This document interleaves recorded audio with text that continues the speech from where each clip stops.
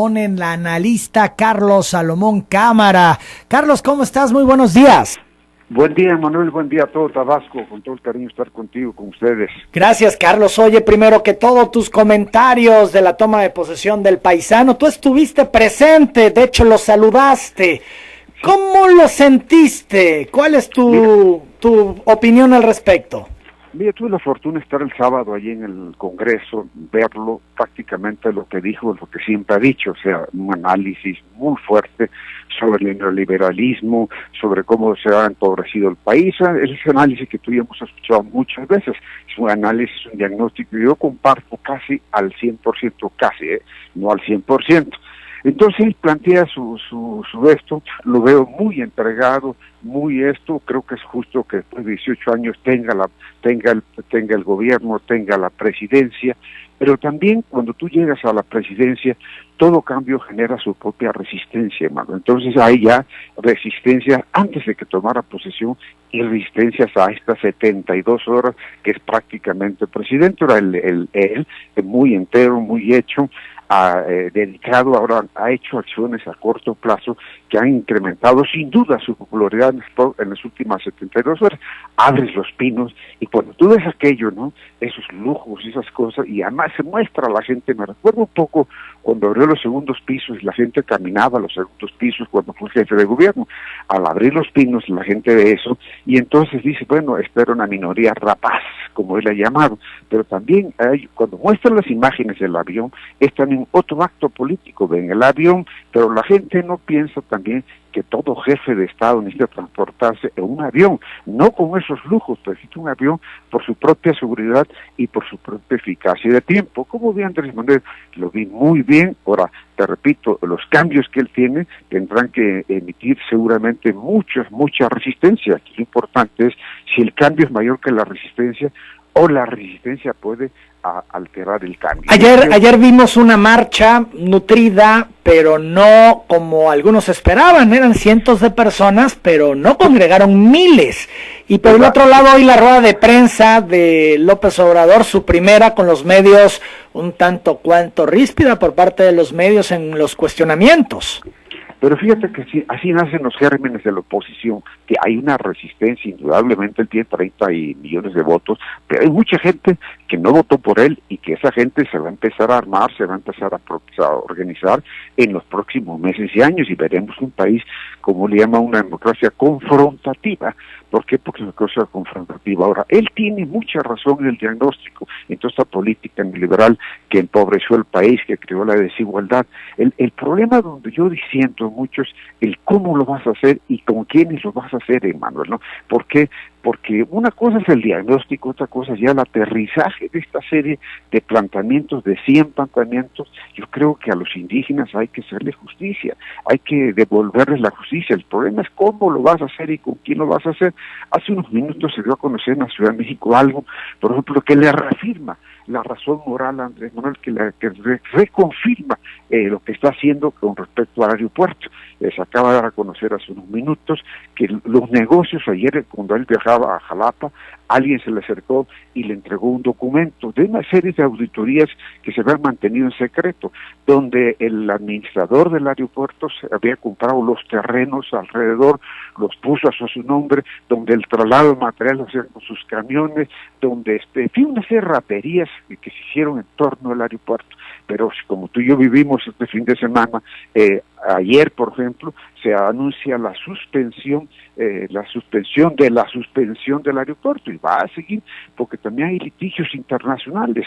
O sea, en el aeropuerto, él ahí tiene que haber un aeropuerto nuevo en la Ciudad de México. Tú lo has vivido, muchos lo hemos vivido, pero yo creo que lo que él hizo que parara el aeropuerto fue lo que él llama la minoría rapaz, que se hinchó de ganar dinero en un aeropuerto que está en construcción, donde yo no estoy de acuerdo es que ese aeropuerto es necesario, pero te repito, yo creo que lo que estamos a conocer ahorita de todos los documentos de la rapiña en la construcción de aeropuertos en México ya son delitos de índoles penales. El perdón que él planteaba en el Congreso, que les va a perdonar, cuando tú encuentras expedientes con que el director del aeropuerto se compró los terrenos al lado, tienes que actuar legalmente, no puedes permitir una corrupción evidente, una corrupción rapaz.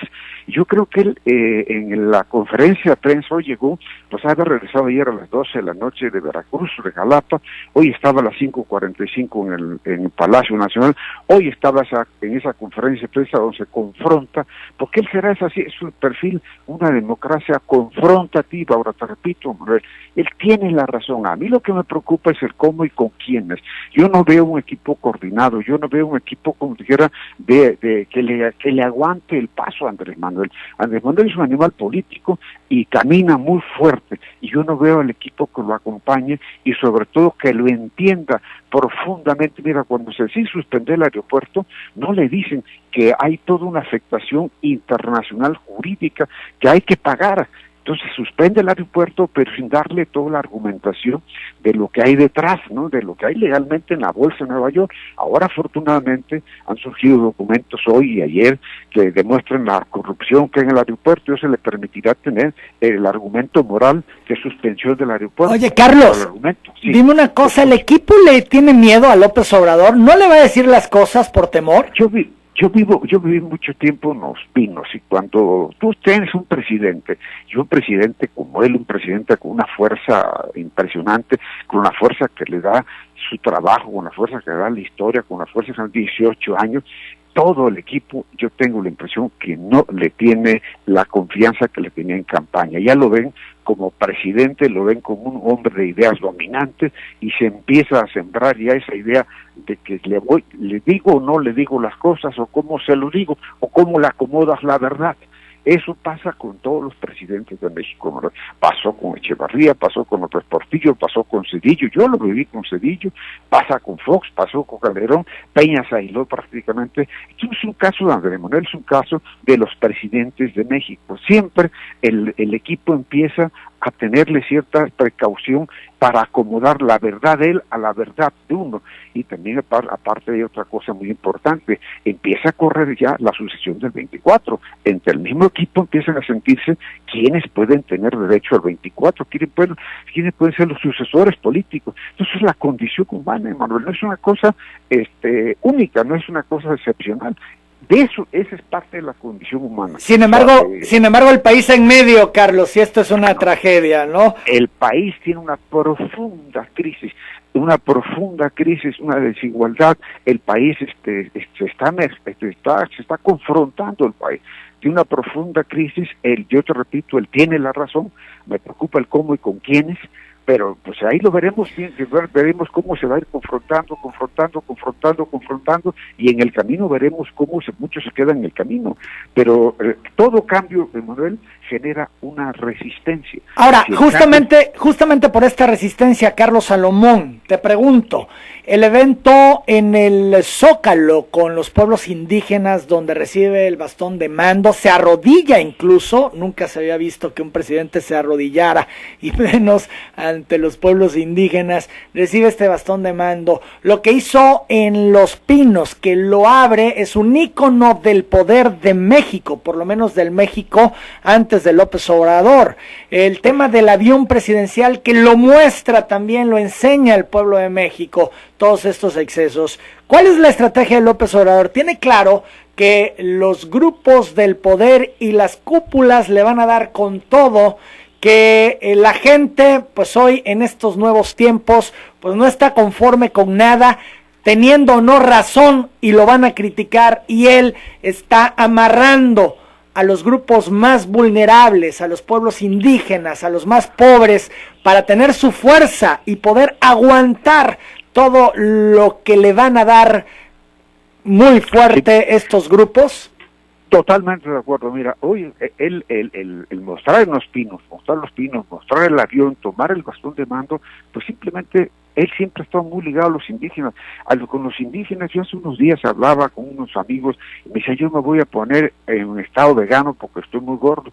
Y le dije, oiga, señores, en México hay 53 millones de veganos que nunca han comido carne, nunca han comido queso. Entonces, ahí están los indígenas, muertos de hambre, abastecidos. Entonces, le tenemos una deuda a los indígenas. Pero ¿cómo vamos a resolverle? ¿Con qué racionalidad? Ese es el problema. O sea, teniendo la razón moral, teniendo la razón histórica, el problema es cómo lo resuelves. O sea, esa minoría rapaz que él le llama y que además lo están combatiendo, él tiene que combatirlos, pero para combatirlos está el apoyo popular. Por eso la exhibición de los pinos, por eso es la exhibición del avión presidencial, por eso van a darse a conocer en las próximas horas todos los contratos de cómo se estaban rodando el dinero en un nuevo aeropuerto de la Ciudad de México. ¿Por qué? Porque eso le fortalece su razón moral. Ahora, aquí lo que hay que fortalecer es el cómo y el cómo y con qué, para poder realmente vencer y poder cambiar el estado de las cosas en México, dejar que la gente deje de ser pobre, dejar la desigualdad, hacer una justicia, hacer democracia, y quien haya cometido un delito lo pague, Manuel. No podemos también tener un perdón genérico cuando tienes evidencia de que la gente se robó las cosas. O sea, es un gobierno dialéctico, gobierno lleno, va a entrar en contradicciones, y yo espero pues que su razón moral se vaya consolidando con sus actos de gobierno, y no nos quedemos nada más en el discurso. Ahora, Carlos, preocupa, sigue sin seguridad y sigue viajando por vuelos comerciales, yo decía al principio del programa.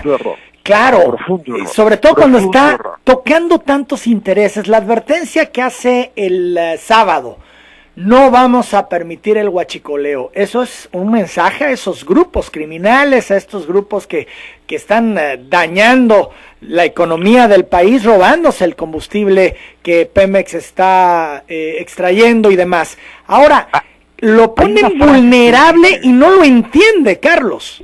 Hay una frase que él dice: yo no me pertenezco, le pertenezco al pueblo. Ahora él le pertenece al Estado mexicano y al pueblo. Él necesita cuidarse. ¿Por qué? Porque ese proyecto histórico, ese proyecto de cambio, ese proyecto de acabar con la pobreza, la desigualdad, ese proyecto de justicia, ese proyecto de no a la corrupción, depende de su vida. Y si él está vivo, ese proyecto podrá seguir caminando y combatiéndose. Si él comete la ingenuidad de no mantener una seguridad mínima que lo proteja, porque protegiéndolo él proteges los cambios, hermano. Si no lo proteges a él, ¿cómo van a avanzar los cambios? Pero parece que no lo entiende, Carlos, no lo entiende. Lo tiene que entender, Rosy, porque sus propias propuestas estarán sujetas a una regresión, como lo ha dicho, una regresión en el momento que esto fracase. ¿Por qué? Porque la derecha vendrá como Bolsonaro en Brasil, vendrá la derecha no tiene piedad cuando actúa, y la izquierda no puede ser ingenua. La izquierda siempre hace muy buenos discursos, pero a la hora de instrumentar quien gobierna administra el conflicto, y tienes que administrar el gobierno, tienes que dirigir el gobierno, no tan solo discursos, porque antes Manuel decía, el golpe de Estado lo daban los militares, o sea, Salvador Allende lo quita Pinochet. Hoy el golpe de Estado es económico, hoy el control de los mercados, el control de las bolsas, el control de las impresiones, eso es lo que hace fuerte a un presidente. Si un presidente no tiene recursos económicos para hacer el Tren Maya, pues entonces vas a un presidente de discursos y sin recursos. O sea, tú puedes ser un presidente de muchos discursos, pero sin recursos económicos. Entonces, la posibilidad de que esto camine depende también de los fondos económicos. No puedes tener 100 frentes abiertos, y sobre todo tú necesitas inversión nacional y extranjera para construir todo. Ahora, la pobreza solamente se combate con riqueza, Manuel. No se combate de otra manera, ¿eh? Carlos Salomón, no se combate con discursos. Finalmente, ¿hay alguna similitud entre lo vivido en el 2000 con Fox y ahora en 2018 con López Obrador en cuanto el ánimo de la gente? Yo observo de entrada, te diría, que a López Obrador no le dieron tregua, ya están con todos. En cambio con Fox me pareció que había mejores condiciones y la gente estaba muy optimista y celebrando el cambio que ofrecía Fox. Porque la vida son estados de ánimo. Cuando llegó Fox en el 2000, el estado de ánimo lo estaban creando los propios medios, los televisos, los aztecas, la iglesia estaba con Fox, la derecha estaba creando un estado de ánimo de que viene la alternancia y viene el cambio, cosa que fracasó al primer año, ¿no? Acá la esperanza, esto lo representa un hombre de izquierda, un hombre populista, un hombre diferente. Entonces aquí no lo está acompañando la iniciativa privada, no está acompañando la iglesia. Fox lo acompañó a la iglesia y lo acompañaron los ricos en este cambio, porque el cambio de Fox era contra el PRI y el cambio de Andrés Manuel es contra lo que él llama la minoría rapaz. Entonces, hay una similitud hay cierta similitud, nada más que Andrés Manuel se está enfrentando a el poder económico, y el poder económico no tiene piedad tampoco. Es como él dice, me encanta el término minoría rapaz, pero es una minoría que ejerce el poder económico, que además tú abres todos los periódicos, hoy todos los periódicos, todos están contra él, todos los líderes opinión están contra él. Entonces va a ser una batalla todos los días, y aquí es un problema pero ¿quién gana moral y en términos de razonamiento, Emanuel? Yo creo que vuelvo al tema de la seguridad, él tiene que cuidarse, porque no es él. Decía Juárez, cuando mataron a Maximiliano, dice, oiga, no lo mates, y dice Juárez, yo no mato al hombre, mato a la idea de que pudiera haber un emperador en México. Y aquí la seguridad es proteger las ideas de Andrés Manuel, proteger sus sueños, sus ideales, de darle justicia a los indígenas, darle justicia a los pobres, y además hacer un México moderno. Si él quiere hacer el Tren Maya, necesita prácticamente tener esa posibilidad económica y proteger él fundamentalmente su propia vida. No puede andar con ese nivel de ingenuidad. ¿Por qué? Porque está invocando, está provocando a esta minoría rapaz que es capaz de todo. Carlos Salomón, te agradezco estos minutos, como siempre. Interesante. Y buen día a todo Tabasco. Gracias, Carlos. No nos olvidemos que este tabasqueño hay que ayudarlo. Claro, más allá de que uno coincida o no coincida.